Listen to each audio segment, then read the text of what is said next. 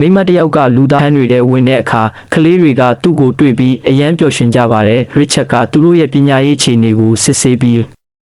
ခရစ္စတိုဖာစီလာဇက်ကိုအိယာဝင်အောင်လုပ်ပေးပါတယ်ဇက်ကကြောက်နေတယ်လို့ပြောတဲ့အခါရစ်ချတ်ကသူ့ကိုလုံခြုံနေကြောင်းပြောပြီးအားပေးပါတယ်နောက်တစ်နေ့မှာရစ်ချတ်ကမစ်ရှင်တာဝန်ခံမိမတယောက်နဲ့စကားပြောနေပါတယ်သူကကလေးတွေနဲ့အတူသွားပြီးသူတို့ကိုမွေးမြူကောက်ွယ်ပေးခြင်းကြောင်းပြောပါတယ်ရစ်ချတ်ပါဝင်သွားရင်မစ်ရှင်ကို9နှစ်မဆောင်ပဲ4နှစ်အတွင်းလွတ်တင်နိုင်မယ်ဖြစ်ပါတယ်နောက်ဆုံးမှာမစ်ရှင်ကိုရစ်ချတ်ဦးဆောင်ပြီးလွတ်တင်ပါတယ်ရှက်တယ်ကယူမန်လက်ဆိုတဲ့အာကာသယဉ်ကြီးနဲ့ချိတ်ဆက်ပြီးအားလုံးဝင်သွားကြပါတယ်သူတို့ရဲ့နေထိုင်ခန်းတွေကိုတွေးကြပြီးရစ်ချတ်ကကဘာမြေကိုနောက်ဆုံးတစ်ချိန်ကြည့်လိုက်ပါတယ်10နှစ်ကြာပြီးနောက်ကလေးတွေဟာလူကြီးတွေဖြစ်လာပါပြီခိုင်နဲ့ဂျူလီဂျိုလီကိုမျှဝေလိုက်ပါတယ်အဲ့ဒီအချက်လက်တွေနဲ့အတူအာကာသယဉ်တွင်းမှာလှုပ်ဝက်ခန်းတစ်ခုရှိနေတယ်ဆိုတာကိုပါပြောပြပါတယ်ခရစ္စတိုဖာကရစ်ချတ်နဲ့ဆွေးနွေးခန်းတစ်ခုဝင်ပါတယ်သူကရစ်ချတ်ဟာသူတို့ကိုလိန်ညာထားတယ်ဆိုတာသိနေကြောင်းပြောပေမဲ့အမတ်သားမပါတဲ့အခန်း23အကြောင်းကိုပဲထုတ်ဖော်မိပါတယ်ရစ်ချတ်ကအမစ်ရှင်ဘက်ကအကြောင်းပြချက်တစ်ခုခုကြောင့်အမှန်တရားကိုဖုံးကွယ်ထားတာဖြစ်နိုင်ပြီး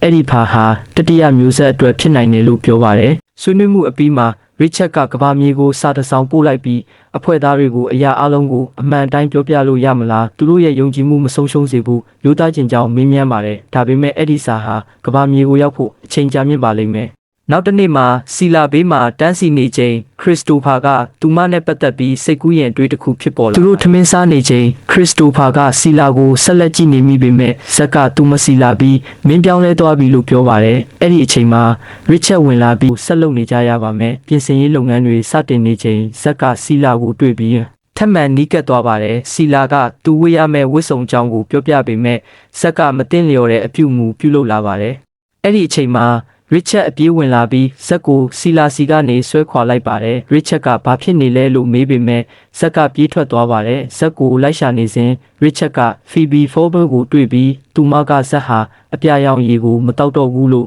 ့ပြောပြပါတယ်နောက်ပိုင်းမှာခရစ္စတိုဖာကိုတွေ့တဲ့အခါသူလဲဆေးကိုမတောက်တော့တာကိုသိသွားပါတယ်သူတို့နှစ်ယောက်စကားပြောပွဲဖြစ်ပွားပြီးရစ်ချတ်ကအဲ့ဒီဆေးဟာဇက်မှာတွေ့ရတဲ့အပြုမူမျိုးကိုတားဆီးဖို့ခရစ္စတိုဖာကိုကူညီပေးဖို့တောင်းဆိုပြီးဆက်ပြန်လှုပ်သွားတဲ့အခါမစ်ရှင်ထိန်းချုပ်ရေးဘက်ကိုသူ့ရဲ့ကန့်ကွက်ချက်တွေပြောတဲ့အချိန်ခရစ္စတိုဖာကထောက်ခံပေးဖို့မျှော်လင့်ပါတယ်အခြားအဖွဲ့သားတွေကအာကာသယာဉ်ပေါ်မှာကိုတာဝန်နေရာတွေမှာရှိနေကြပြီးအာကာသထွက်လန်းလုပ်ငန်းအတွက်ပြင်ဆင်မှုတွေဆက်လုပ်နေပါတယ်ဇက်ကစနစ်ထိန်းချုပ်ခန်းနဲ့ဝင်သွားပြီးရစ်ချတ်နဲ့ခရစ္စတိုဖာက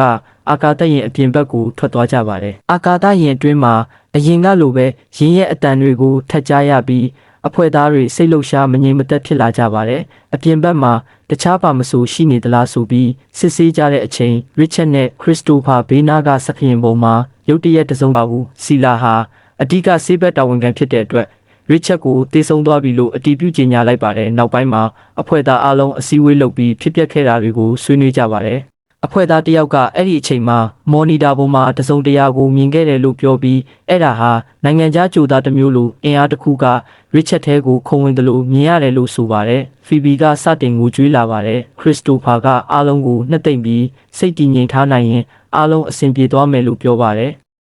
်စနစ်ထိန်းချုပ်ခန်းမှာဖြစ်ခဲ့တဲ့မီးလောင်မှုကြောင့်မှတ်တမ်းအားလုံးပျက်စီးသွားခဲ့ပါတယ်။ဒါကြောင့်အကြီးအကဲအစ်စ်ကိုရွေးချယ်ရပါမယ်။ဇက်ကသူ့ကိုအကြီးအကဲလုပ်တင်တယ်လို့ပြောပေမဲ့အခြားသူတွေကမဲပေးရွေးချယ်တင်တယ်လို့ဆိုပါတယ်။အားလုံးမဲပေးပြီးနောက်ခရစ္စတိုဖာကအာကာသယာဉ်ပေါ်မီးလောင်မှုကြောင့်ဖြစ်လာတဲ့အခြားပျက်စီးမှုတွေကိုပါအဖွဲ့သားအားလုံးနဲ့အတူပြုပြင်စေပါတယ်။စောင့်ကြည့်စနစ်ကိုတော့နောက်ဆုံးအလုပ်ဖြစ်ထားပြီးရစ်ချတ်စီမှာဘာဖြစ်ခဲ့လဲဆိုတာကြည့်နိုင်ဖို့မျှော်လင့်နေကြပါတယ်။ data တလိုက်တွေမပျက်စီးသေးဘူးလို့လည်းမျှော်လင့်ကြပါတယ်။စီလာကရစ်ချတ်ရဲ့ရုံးခန်းကိုသွားပြီးသူ့ရဲ့တပ်ပုံတွေနဲ့ဗီဒီယိုတွေကိုကြည့်နေချိန်ခရစ္စတိုဖာကတကားဘက်ကိုရောက်လာပါတယ်။သူမကရစ်ချတ်ရဲ့တပ်ပုံတွေကိုပြပြီးမိဘတွေဟာဘလောက်အရေးကြီးတယ်ဆိုတာကိုနှစ်ယောက်သားဆွေးနွေးကြပါတယ်။ခရစ္စတိုဖာကရစ်ချတ်ဟာဘာကြောင့်သူ့ဘဝအကြောင်းတွေကိုစီလာကိုပြောခဲ့တာလဲလို့မေးပြီးသူတို့နှစ်ယောက်ဟာတငယ်ချင်းထက်ပိုမိုနီးစပ်ခဲ့ကြမလားလို့စဉ်းစားပါတယ်။ဒါပေမဲ့စီလာကရစ်ချတ်ဟာအထီးကျန်နေခဲ့လို့ဒီလိုပြောခဲ့တာသာဖြစ်တယ်လို့ရှင်းပြပါတယ်သူတို့ကရစ်ချတ်ရဲ့ဗီဒီယိုမှတ်တမ်းကိုကြည့်ရမှာမစ်ရှင်အပေါ်ဘလောက်ယုံကြည်ခဲ့တယ်ဆိုတာနဲ့သူတို့အားလုံးကိုဘလောက်ဂရုစိုက်ခဲ့တယ်ဆိုတာကိုသူပြောပြထားတာကိုကြားရပါတယ်ခရစ္စတိုဖာကအဖွဲ့သားတွေကိုရှာပြီးကန်တီးနားမှာတွေ့တဲ့အခါတာဝန်နေရာတွေမှာမရှိကြတာကိုစိတ်မကျေနပ်ဖြစ်ပါတယ်ဇက်ကအစားအစာမပျက်စီးအောင်အေးခန်းတွေကိုပြုပြင်နေတာလို့ပြောပါတယ် ဒါပေမဲ့ပျက်စီးနိုင်မဲ့အစားအစာတွေများနေတဲ့အတွက်အကြီးအကဲအစ်စ်ကိုဂုဏ်ပြုတဲ့အနေနဲ့ပွဲတော်တစ်ခုလုပ်ကြမလားလို့ခရစ်စတိုဖာကမေးပါတယ်။စားပြီးတောက်ပြီးနောက်ဂိုင်ကအပြာရောင်ရေကိုမတောက်ကြဘူးပြောပြီးအားလုံးကအဲ့ဒီအရေကိုတွန်းချလိုက်ကြပါတယ်။ဘာဖြစ်ခဲ့လဲကြည့်ကြရအောင်လို့အကြံပေးပေမဲ့ဇက်ခကသူမကိုလှောင်ပြောင်ပြီးခရစ်စတိုဖာကိုပါတိတ်နေဖို့ပြောလိုက်တယ်။ဇက်ခကစီးမြင့်တွေကိုမလိုက်နာတော့ဘူးလို့ပြောပြီးအခြားသူတွေကိုသူ့ဘက်ပါလာအောင်ဆွဲဆောင်တယ်။ခရစ်စတိုဖာကခေါင်းဆောင်မကောင်းဘူးလို့ပြောပြီးသူကိုယ်တိုင်ခေါင်းဆောင်ဖြစ်တဲ့နယ်လို့ထင်နေတယ်။တင်မောသားအများစုကဇက်ကိုလိုက်သွားကြပေမဲ့အချို့ကတော့ခရစ်စတိုဖာဘက်မှာနေကြတယ်ခရစ်စတိုဖာဘက်သားတွေကစောင့်ကြည့်ရေးအခန်းကိုသွားပြီးစနစ်ကိုပြုပြင်ဖို့ကြိုးစားကြတယ်အပြင်လူသားရှိနေနိုင်တယ်ဆိုတာကိုကြောက်နေကြလဲဖြစ်တယ်ခရစ်စတိုဖာကအရင်ဆုံးဝင်စစ်ဆေးတယ်ဇက်နဲ့အခြားသူတွေကလမ်းကြောင်းတွေကိုလှည့်လည်သွားလာပြီးစနစ်ခန်းကိုရောက်လာကြတယ်ခရစ်စတိုဖာလည်းအဲ့ဒီထဲရှိနေခဲ့တယ်ဆိုတာမသိပဲဇက်နဲ့ကိုင်ကအခန်းထဲကိုဝင်ကြတယ်အပြင်လူသားကိုရှာဖို့အခန်းတွင်းပိုင်းကိုပို့ပြီးဝင်သွားကြတယ်အပြင်ဘက်မှာရှိနေတဲ့သူတွေကအခန်းတွင်းမှာတခုခုဖြစ်ပျက်နေတာကိုမြင်ကြတယ်ရုတ်တရက်ဇက်နဲ့ကိုင်တို့ကြောက်လန့်ပြီးအပြေးထွက်လာကြကထွက်သွားရင်းအခန်းကိုပိတ်လောင်ထားခဲ့ကြတယ်သူတို့မန်တကယ်ပုံစံကဒီလိုပဲလို့ထင်ပေမဲ့စီလာကတော့သူတို့နှစ်ယောက်ဟာအခြားသူတွေနဲ့မတူဘူးလို့စန့်ကျင်ပြောတယ်ခရစ်စတိုဖာကအခြားသူတွေကအမှန်တရားကိုဂရုမစိုက်ဘူးလို့စိုးရိမ်နေကြောင်းတခါတလေကိုယ်တိုင်လည်းမစိုက်တော့ဘူးထင်တယ်လို့ပြောတယ်စီလာကသူ့ကိုသူမနဲ့အတူနေဖို့ပြောတယ်သူတို့နှက်ခမ်းချင်းနမ်းကြပြီးအတူအိတ်ကြတယ်မနှက်ဖြန်မှာစီလာရဲ့တကားကိုတယောက်လာခောက်တယ်ဇက်ဖြစ်ပြီးတနေ့နဲ့တော့အထဲဝင်မယ်လို့ပြောတယ်စီလာနဲ့ခရစ်စတိုဖာတကားဖွင့်တဲ့အခါဇက်နဲ့ကိုင်ကသူတို့ကိုစားတောက်ခန်းမှာကျင်းပမဲ့ပွဲတစ်ပွဲကိုဖိတ်ကြားတယ်ခရစ်စတိုဖာဘက်ကအဖွဲ့ဝင်တွေရောက်လာတဲ့အချိန်မှာအခြားသူတွေကစားနေပြီးသားဖြစ်နေတယ်ဇက်ကသူတို့ကိုစားစရာယူဖို့ဖိတ်ခေါ်တယ်ထိုင်ပြီးတဲ့အခါသူထရက်ပြီးကိုယ်တိုင်ကိုအဓိကအရာရှိအသစ်အဖြစ်ကြီးညာလိုက်တယ်အဲ့ဒီအချိန်မှာပဲခရစ်စတိုဖာလည်း trap ပြီး monitor ကိုတွားကဖြစ်ပွားမှုဗီဒီယိုကိုဖွင့်ပြလိုက်တယ်လူတိုင်းစိတ်လှုပ်ရှားသွားပြီးဇက်ကအပြစ်ဝင်ခံကသူတို့ကိုကာကွယ်ခြင်းလို့လုပ်ခဲ့တာဖြစ်ပြီးအပြင်လူသားက Richard အတွင်းမှာရှိနေတဲ့ခရစ်စတိုဖာကအဲ့ဒါကိုအထဲယူလာခဲ့တာလို့ပြောတယ်သူကအပြင်လူသားဟာတင်မောအတွင်းမှာလူတစ်ယောက်ရဲ့ကိုယ်ထဲမှာဖုံးကွယ်နေတယ်လို့အခြားသူတွေကိုယုံကြည်အောင်လုပ်နိုင်တာဇက်ကိုအပြင်ဘက်သို့တွန်းထုတ်ပေမဲ့ကိုယ်တိုင်မှာအာကာသဘက်ဆွဲထုတ်ခံရတယ်နောက်ဆုံးစီလာကဇက်ကိုအပြင်ဘက်ထပ်မံထုတ်ပြနိုင်ပြီးခရစ်စတိုဖာကိုရှာကြည့်ရာတင်မောကိုဖမ်းဆွဲထားတာကိုတွေ့ရတယ်။သူတို့နှစ်ယောက်အတွင်းပြန်ဝင်လာပြီးဇက်မရှိတော့ကြောင်းပြောကြတယ်။ကြံသူတွေလက်နက်တွေကိုချထားလိုက်ကြတယ်။အချိန်နှဲငယ်ကြာပြီးနောက်အဖွဲ့သားအားလုံးကန်တီးနားမှာအတူတကွစားတောက်နေကြတယ်။